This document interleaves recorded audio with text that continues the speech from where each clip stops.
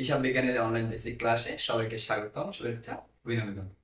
আজকের ক্লাসে আমি শিখাবো আর্থিক অবস্থার বিবরণীতে বিশদ আয় বিবরণীর মধ্যে অন্যান্য আয় কি এবং অন্যান্য আয়ের মধ্যে কোন কোন এন্ট্রি বসে সেগুলো। তাহলে চলো আমরা দেখে নিই এবং অন্যান্য কাকে বলে শিখে নিই। প্রথমে আমাদেরকে জানতে হবে অন্যান্য আয় কি। ব্যবসায়িক প্রতিষ্ঠানের মূল ব্যবসায়িক কার্যক্রম ব্যতীত অন্যান্য উৎস থেকে যে সকল আয় হয় সেগুলোকে বলে অন্যান্য। যেমন বিনিয়োগের সুদ, লগ্নির সুদ, সঞ্চয়পত্রের সুদ, এই তিনটা থেকে যে কোনো একটা অঙ্কের প্রতি থাকবে।